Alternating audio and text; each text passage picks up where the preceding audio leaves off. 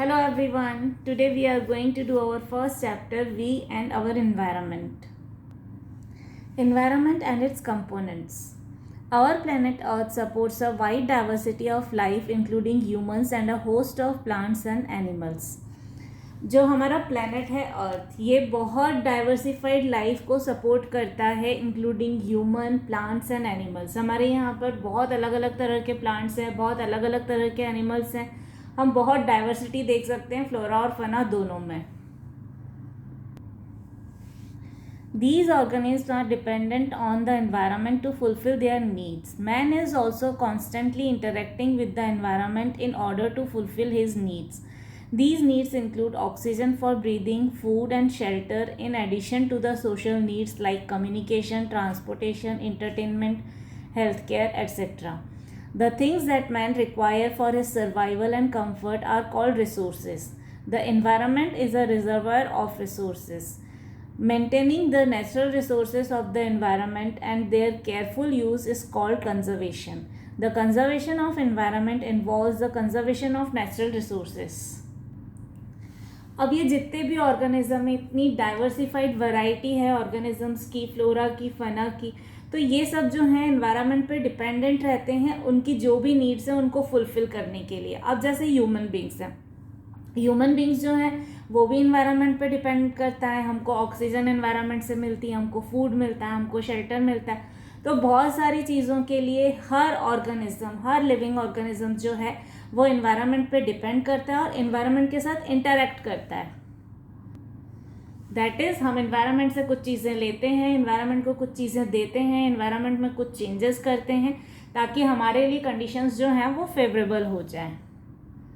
तो अगर हम नीड्स की बात करें तो हमारी क्या क्या नीड्स होती हैं. तो हमको ऑक्सीजन चाहिए होती है सांस लेने के लिए, कार्बन डाइऑक्साइड छोड़ते हैं हम, और हमको फूड चाहिए होता है, हमको शेल्टर चाहिए होता है, हमारी सोशल नीड्स होती हैं, हमको कम्युनिकेट करना होता है एक दूसरे के साथ, हम टेलीफोन्स यूज़ करते हैं, ईमेल्स यूज़ करते हैं, मैसेजेस यूज़ करते हैं, हमको ट्रांसपोर्टेशन चाहिए होता है एक जगह से दूसरी जगह जाने के लिए, तो हम रोडवेज, रेलवेज, एयरवेज यूज़ करते हैं. हमको एंटरटेनमेंट चाहिए होता है तो हम सोशल मीडिया यूज़ करते हैं, हम टेलीविज़न यूज़ करते हैं, हम रेडियो यूज़ करते हैं, हम कई सारे वीडियोस देखते हैं. हमको हेल्थ केयर चाहिए, हमको हॉस्पिटल्स चाहिए, डॉक्टर्स चाहिए. तो इस तरह से हमारी बहुत सारी नीड्स हैं जिसके लिए हम इन्वायरमेंट के साथ इंटरेक्ट करते हैं. तो ऐसी जो भी चीज़ें होती है जो हमको हमारे सर्वाइवल और हमारे कंफर्ट के लिए चाहिए होती है तो उनको बोला जाता है रिसोर्सेज. और जो इन्वायरमेंट है वो है इन रिसोर्सेज का रिजर्वर. दैट इज़ हमको ये सारे रिसोर्सेज जो होते हैं ये इन्वायरमेंट से मिलते हैं और इस नेचुरल रिसोर्सेज को मेंटेन करना, उनको केयरफुली यूज़ करना, उसको बोला जाता है कंजर्वेशन. और जब हम इन्वायरमेंट को कंजर्व करते हैं तो उसमें इन्वॉल्व होता है कंजर्वेशन ऑफ नेचुरल रिसोर्सेज. मतलब जो रिसोर्सेज हमको नेचर से डायरेक्ट मिलते हैं उनका कंजर्वेशन जो है वो इन्वायरमेंट कंजर्वेशन में इंक्लूड होता है. Environment is defined as the surroundings in which an organism lives. In other words, everything around us and affecting us is called environment. The term environment refers to all the external conditions in which an organism lives. It is derived from the French word environ, which means to surround. तो environment का मतलब क्या होता है? Environment का मतलब होता है हमारे आसपास जो भी चीज़ें हैं, जिन भी चीज़ों के साथ हम इंटरेक्ट करते हैं, जिन भी चीज़ों के साथ हम रहते हैं, वो होता है हमारा इन्वायरमेंट. दूसरे वर्ड्स में हम ये कह सकते हैं कि जो भी चीज़ें हमारे आसपास हैं और वो हमको अफेक्ट कर रही हैं तो वो होता है हमारा इन्वायरमेंट. तो इन्वायरमेंट जो है उसका मतलब हुआ एक्सटर्नल कंडीशन जिसमें कि कोई भी ऑर्गेनिज्म रहता है. जैसे हम घर की बात करें तो हमारे घर में खिड़की है, दरवाज़ा है, बेड है, सोफ़ा है, हमारा वार्डरोब है, हमारे आसपास का एरिया होगा, गार्डन होगा, हमारे आसपास लोग होंगे, हमारे आसपास चीज़ें होंगी, टेलीविज़न है, रेडियो है, मोबाइल फ़ोन है, लैपटॉप है. तो कुछ जो भी चीज़ें हमारे आसपास हैं और जो चीज़ें हमको अफेक्ट कर रही हैं, जैसे टेलीविज़न है उसको हम सुन रहे हैं तो हमको अफेक्ट हो रहा है. दैट इज़ हमारे कानों में कोई आवाज़ आ रही है. तो इस तरह से जो भी चीज़ें हमारे आसपास हैं उन सब से मिलकर बनता है हमारा environment.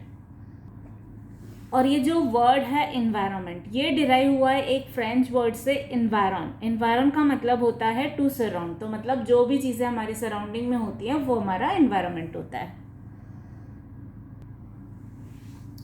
Geography also studies the interrelationship between human beings and their environment. Based on the origin, environment can be classified into two major components: natural environment and human-made environment. The environment that consists of all objects created by nature is called natural environment.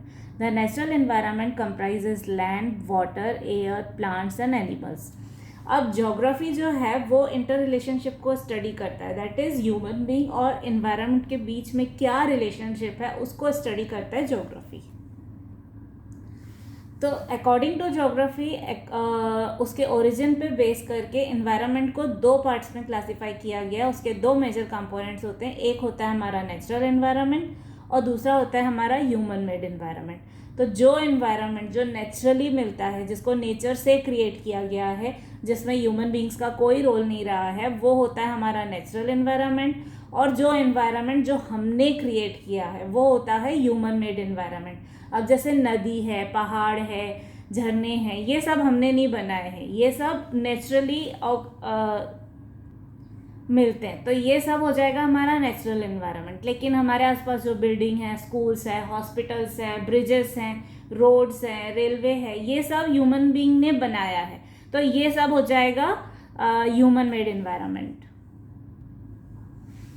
Other elements such as agriculture, industries, transportation, parks, etc. created by human beings, hence they constitute the human-made environment. तो जैसा कि मैंने आपको बताया कि जो land है, water है, एयर है, प्लांट्स है, एनिमल्स है, ये सब हमने नहीं बनाया, so it is our natural environment. Agriculture, industries, transportation, parks, ये सब जो है ये ह्यूमन बींग्स ने क्रिएट किया है, तो ये हो जाएगा हमारा human made environment. These two types of environment interact with one another. This interaction brings about many changes. Some of these are, तो ये जो दोनों इन्वायरमेंट हैं ये दोनों एक दूसरे के साथ इंटरेक्ट करते हैं. तो ह्यूमन मेड इन्वायरमेंट जो है वो नेचुरल इन्वायरमेंट को अफेक्ट करता है, जो नेचुरल इन्वायरमेंट है वो ह्यूमन मेड इन्वायरमेंट को अफेक्ट करता है. तो इस तरह से ये एक दूसरे को अफेक्ट करते हैं. तो ये कैसे एक दूसरे को अफेक्ट करते हैं, कैसे चेंजेस लेकर आते हैं, ये हम आगे डिटेल में पढ़ेंगे. Various landforms are created and destroyed due to natural phenomena and human activities. अब बहुत सारे लैंडफॉर्म्स जो हैं वो क्रिएट भी होते हैं, डिस्ट्रॉय भी होते हैं, और वो दोनों रीजंस के होते हैं. वो नेचुरल फेनोमेना की वजह से भी होते हैं और ह्यूमन एक्टिविटी की वजह से भी होते हैं. अब जैसे कई बार सड़कें बनानी होती है, हाईवेज बनाने होते हैं, रेलवे ट्रैक बिछाना होता है, तो क्या करते हैं, पहाड़ों को तोड़ा जाता है, जंगल को काटा जाता है. तो इस तरह से जो ह्यूमन मेड एनवायरनमेंट जो है वो नेचुरल एनवायरनमेंट को अफेक्ट करता है और लैंडफॉर्म्स को चेंज करता है. जैसे हमने माउंटेन को तोड़कर वहाँ पर प्लेन बनाया, तो इस तरह से हमने लैंडफॉर्म को चेंज किया. द सेम वे जो नेचुरल फिनोमेना है वो भी चेंज कर सकता है. जैसे अर्थक्वेक आता है, सुनामी आती है, तो इसकी वजह से भी लैंडफॉर्म्स में चेंजेस होते हैं. तो ये लैंडफॉर्म्स जो हैं वो क्रिएट भी होते हैं और डिस्ट्रॉय भी होते हैं, दोनों वजह से, नेचुरल फिनोमेना की वजह से भी और ह्यूमन एक्टिविटी की वजह से भी. Climatic conditions constantly keep changing in different seasons. तो जब सीज़न चेंज होता है तो उसकी वजह से क्लाइमेटिक कंडीशंस सारी चेंज होती हैं. ठंड होती है, गर्मी होती है, बरसात होती है, तो उसकी वजह से बहुत सारे चेंजेस होते हैं. New species of plants and animals evolve while some species become extinct in a continuous cycle. और जो ये कंटिन्यूस चेंजेस होते रहते हैं, जो साइकिल चलता रहता है, तो कई स्पीशीज़ हैं जो एक्सटिंक्ट हो गई. जो पहले कोई ऑर्गेनिज्म, लिविंग ऑर्गेनिज्म, कोई जानवर, कोई पक्षी मिलता था, वो अब एक्सटिंक्ट हो गया, वो अब नहीं मिलता है. और कुछ नई स्पीशीज़ जो हैं वो इवॉल्व हो रही हैं. जो ऑर्गेनिजम्स पहले नहीं होते थे वो अब हमको देखने को मिलते हैं. Changes in environment brought about the evolution of human beings. उससे ह्यूमन बींग्स का भी इवोल्यूशन होता है. बहुत सारे चेंजेस हम अपने आसपास देखने को मिलते हैं. पहले जो लिविंग कंडीशंस होती थी, जो ह्यूमन बींग्स होते थे, वो बहुत अलग होते थे, अब बहुत अलग होते हैं. और साइंस ये बोलता है कि अभी फ्यूचर में और बहुत सारे चेंजेस होंगे. Changes in natural environment cause variation in human environment and the reverse is equally true. और जब भी कभी नेचुरल एनवायरनमेंट चेंज होता है तो वो ह्यूमन एनवायरनमेंट को अफेक्ट करता है, और जब भी ह्यूमन एनवायरनमेंट चेंज होता है तो वो नेचुरल एनवायरनमेंट को अफेक्ट करता है. अब जब नेचुरल एनवायरनमेंट चेंज होता है तो अब मान लें सीज़न चेंज हुआ. ठंड होती थी पहले, अब गर्मी आ गई, ठीक है. या गर्मी होती थी तो अब बारिश हो गई, तो उसकी वजह से ह्यूमन एनवायरनमेंट भी जो है वो चेंज होता है। फॉर एग्जांपल अगर पहले ठंड थी और अब गर्मी है, तो ठंड की वजह से मौसम ठंडा रहता था और अब गर्मी की वजह से काफ़ी गर्म हो गया मौसम अगर, तो उसकी वजह से ह्यूमन एनवायरनमेंट में चेंजेस आ जाते हैं। ठंड में हम खिड़की दरवाजे बंद रखते हैं, गर्मी में हम खोल देते हैं। ठंड में हम अपने आप को काफ़ी कवर्ड रखते हैं, गर्मी में हम लाइट क्लॉथ्स पहनते हैं। And the reverse is also true, जब भी ह्यूमन मेड एनवायरनमेंट में चेंजेस होते हैं तो उसकी वजह से नेचुरल एनवायरनमेंट में भी चेंजेस होते हैं। फॉर एग्जाम्पल अगर हमको कोई कॉलोनी बनानी है तो उसके लिए हम बिल्डिंग्स कंस्ट्रक्ट करेंगे, जिसकी वजह से हम पेड़ काटेंगे, तो उससे क्या होगा कि रेनफॉल कम हो जाएगा। तो इस तरह से जो ह्यूमन मेड एनवायरनमेंट होता है वो भी अफेक्ट करता है हमारे नेचुरल एनवायरनमेंट को। तो यहाँ पिक्चर में देख सकते हैं, यहाँ पर दोनों का डिपिक्शन दिया गया है, नेचुरल एनवायरनमेंट और ह्यूमन एनवायरनमेंट। नेचुरल एनवायरनमेंट में पानी है, पहाड़ है, पेड़ पौधे हैं, पत्थर हैं, ये सब हमारा नेचुरल एनवायरनमेंट होता है।